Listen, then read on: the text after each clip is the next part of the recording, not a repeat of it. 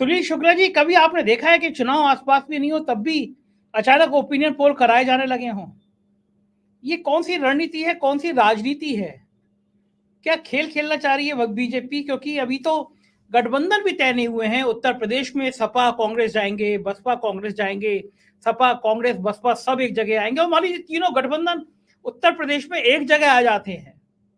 अगर यूपी में एक ऐसा गठबंधन बन जाता है जिसमें सपा भी शामिल है, जिसमें बसपा भी शामिल है, जिसमें कांग्रेस भी शामिल है, तो सुनील शुक्ला जी, क्या लगता नहीं है उत्तर प्रदेश ही रोक देगा बीजेपी को पूरे बहुमत में आने से? फिर इन ओपिनियन पोल का मतलब क्या है? धन्यवाद संजय जी। यह ओपिनियन पोल सत्तारूढ़ दल के पक्ष में एक माहौल बंदी है, इसके अलावा ये कुछ नहीं है। और इसका कंट्राडिक्शन आपने अपने ही शुरुआत, आपने जो भी वीडियो दिखाई इसी में बताई। आपने कहा कि 41% लोग बेरोजगारी को मुख्य मुद्दा मानते हैं। अगर 41% लोग बेरोजगारी को मुख्य मुद्दा मानते हैं, तब इस बेरोजगारी के लिए जिम्मेदार कौन है? और अगर जिम्मेदार जो व्यक्ति है, अगर हम उसको जिम्मेदार नहीं मानते और यह हमारे लिए महत्वपूर्ण विषय नहीं है, तो फिर जो आप आंकड़े दिखा रहे हैं उस पर कैसे विश्वास कर लिया जाए? अगर केवल 12% या 20% लोग कहते हैं कि राम मंदिर बड़ा मुद्दा है या मुद्दा बनेगा चुनाव का, तो फिर इतनी बड़ी जीत क्या इतने इतने प्रतिशत लोगों के बलबूते इतना बड़ा जन समर्थन हासिल हो सकता है? ये संभव है कहीं? आप कुछ तो करेंगे। जो निष्कर्ष आप निकाल रहे हैं, उसका जो आधार बता रहे हैं, ये तो बताएंगे आप। दूसरी चीज कि इसी सर्वेक्षण, इसको कई भी खंडों में बांटा गया है कि उत्तर में इतना होगा, पूर्व में इतना होगा, पश्चिम में इतना होगा, दक्षिण में इतना होगा। दक्षिण में भी जो उन्होंने बताया है कि इंडिया दल समूह को जो सीटें मिलेंगी वो यूपीए से ज्यादा मिलेंगी।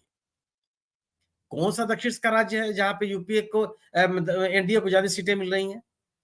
केरल में क्या केरल के लोग बदल गए हैं? तमिलनाडु में जो है सनातन का विरोध होने लगा है, वहां के जो उदयन स्टालिन के बयान के बाद क्या हालात बदल गए?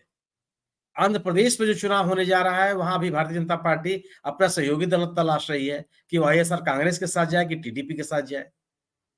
कर्नाटक की स्थिति यह है कि आपने जेडीएस के साथ समझौता किया। जेडीएस का कोई भी स्थानीय नेता, बड़ा नेता, कोई भी बड़ा नेता ऐसा नहीं जो रह गया हो पार्टी के साथ, छोड़कर चले गए हो।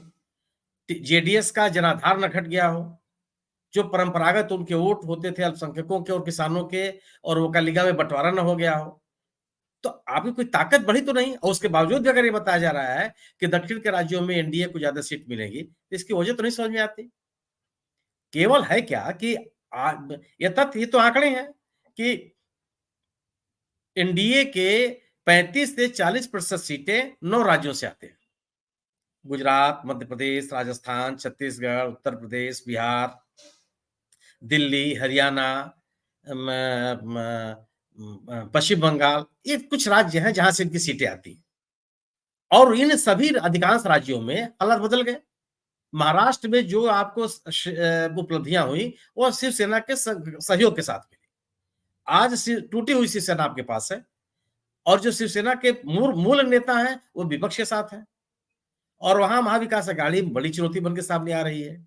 इस चुनौती को आप स्वीकार भी करते हैं, आप बोले भले ना, क्योंकि महाराष्ट्र में जितने स्थानीय निकाय के चुनाव हुए हैं, चुनाव होने वाले थे, कोई चुनाव नहीं कराए गए। चाहे बृहत नगर निगमों के चुनाव हो और चाहे पंचायतों के चुनाव हो, कोई नहीं चुनाव कराया गया। अन्य जो उपचुनाव होने वाले वही चुनाव नहीं कराए गए। अगर आपके पास इतना बड़ा जन समर्थन है, तो फिर क्या दिक्कत थी आपको वहां चुनाव कराने में? तब एक और माहौल बनता आपके साथ। क्या बिहार में जो आपकी उपलब्धि थी पिछले चुनाव में, जब जनता दल यू आपके साथ था, उस तरह की उपलब्धि आप गैर जदयू के न रहते हुए कर सकते हैं?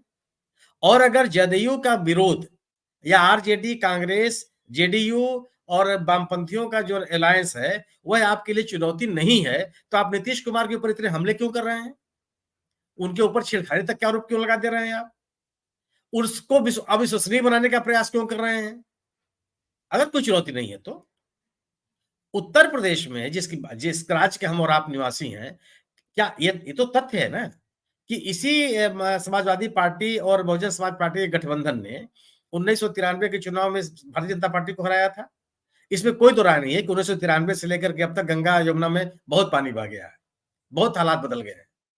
लेकिन ये तो वास्तविकता है कि 13% वोट आज ही बहुजन समाज पार्टी के साथ है। और एक पिछले विधानसभा के चुनाव में समाजवादी पार्टी ने अपनी राजनीतिक ताकत तिगुनी बढ़ाई है। अपनी विधानसभा की उपस्थिति 41 सीटों से 125 सीटों को किया है।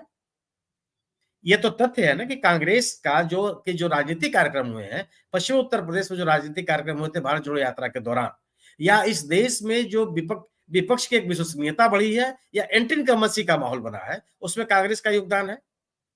आज कांग्रेस ने जो ये सवाल पूछा जाता था कि विपक्ष कहाँ है? क्या भारत जोड़ो यात्रा के बाद भी ये सवाल पूछे जा रहे हैं? और उत्तर प्रदेश में अगर कांग्रेस को मिला करके समाजवादी पार्टी, राष्ट्रीय लोकदल, भीम आर्मी सेना, वामपंथी और जो छोटे दल हैं, वो मिल करके कोई गठबंधन बनाते हैं, तो क्या वही स्थिति रहेगी जो 2019 में हुआ? 2019 की राजनीतिक स्थिति आज नहीं है। आज सरकार के परफॉर्मेंस पर, सरकार की उपलब्धियों की चर्चा हो रही है कि सरकार ने किया क्या है।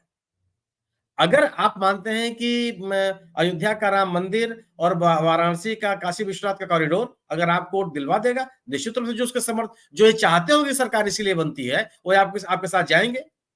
और जो लोग एक विकसित भारत बनाने के लिए आपके साथ गए थे, वो तो सवाल खड़ा करेंगे ना, क्या विकसित भारत बना? अगर आप ये दावा करते हैं कि साहब आप इस 10 साल के कार्यकाल में इस देश में की जो अर्थव्यवस्था है वह तीसरी अर्थव्यवस्था बन गई, तो ये भी तो सवाल पूछेंगे कि जो अर्थव्यवस्था बनी उसमें देनदारियां कितनी हैं, कर चुकाने का पैसा इसमें कितना है, और विकास के लिए या लोगों की जनहित के लिए कितना पैसा खर्च होगा? क्या ये सवाल नहीं पैदा होगा? क्या क्या बेरोजगारी, महंगाई, सार्वजनिक संपत्तियों की बिक्री, खराब अर्थव्यवस्था, किसानों का बुरा हाल, कृषि की बर्बाद स्थिति, ये सवाल लोगों के जेहन में नहीं है। और अगर नहीं है तो फिर तो कोई चुनौती किसी राज्य में नहीं है।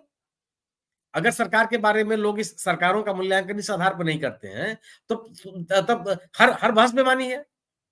मेरा अपना मानना यह है कि अगर यह सर्वेक्षण, अगर सैंपल सर्वे नहीं बताता, अगर यह सर्वेक्षण ये नहीं बताता कि यह लोगों से मिलकर किया गया है या घर बैठे किया गया है, अगर यह नहीं बताता कि कौन से सवाल पूछे गए, ये और किन लोगों ने कराए, सवाल ये भी एक सवाल, बहुत बड़ा सवाल होगा कि किन लोगों ने इसको सम्मानित किया है। उसकी इस आधार पे भी आपको इनके क्रेडिबिलिटी और इनके मंतव्य को जानने के लिए जरूरी होगा। यह मेरा अपना मानना यह है कि यह सर्वेक्षण केवल और केवल सरकार के खिलाफ एक माहौल बनने की कोशिश है। जी।